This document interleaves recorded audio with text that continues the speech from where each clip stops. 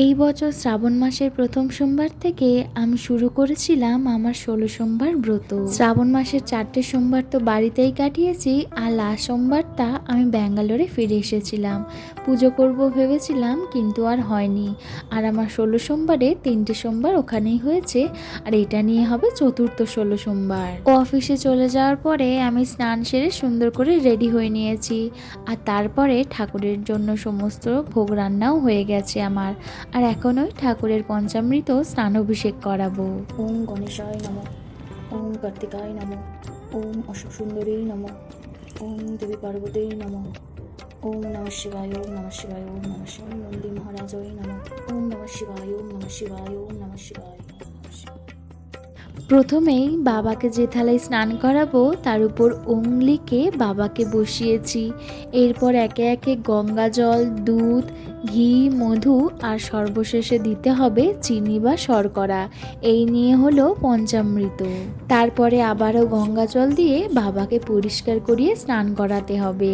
পঞ্চামৃত স্নানের পরে আবার বেলপাতা, দূর্বা, ফুল দিয়ে বাবার অভিষেক করতে হবে, আর সাথে দিতে হবে কিছু অখণ্ড আতপ চাল। পঞ্চামৃত স্নানাভিষেকের পরে বাবাকে ভালো করে পরিষ্কার করিয়ে চন্দন লাগিয়ে শৃঙ্গার করতে হবে।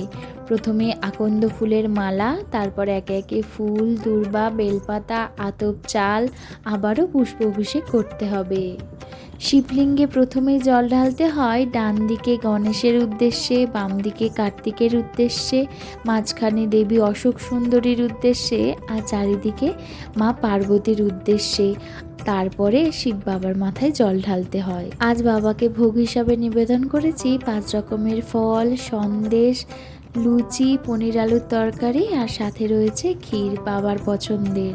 ভোগ নিবেদনের পর বাবার সামনে জ্বালিয়েছি ঘিয়ের প্রদীপ, তারপর পঞ্চপ্রদীপ আর কর্পূর আরতি করেছি। শিব বাবার কর্পূর আরতি কিন্তু খুব পছন্দের। আমার 16 সোমবারের সকালের পুজো হয়ে গেল, আর ঘরে ভালো করে ধূপধুনো দেখিয়ে দিলাম। সকাল থেকেই উপোস ছিলাম, আর সন্ধ্যাও হয়ে গেছে। বাবাকে আবারও ফুল, বেলপাতা অর্পণ করে ভোগ নিবেদন করে আরতি করব।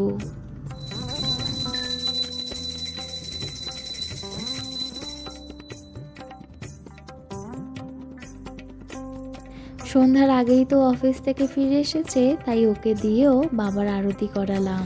16 সোমবার ব্রতে সকালের পুজোর থেকে সন্ধ্যার পুজোটা বেশি মাহাত্ম্যের। আবারও পঞ্চপ্রদীপ, কর্পূর আরতি, ঘিয়ের প্রদীপ জ্বালিয়েছি। এই যে আমাদের পুজো হয়ে গেছে। তারপর বাবা চরণামৃত খেয়ে প্রসাদ খেয়ে আমার উপোস ভাঙলাম। ওম নমঃ শিবায়।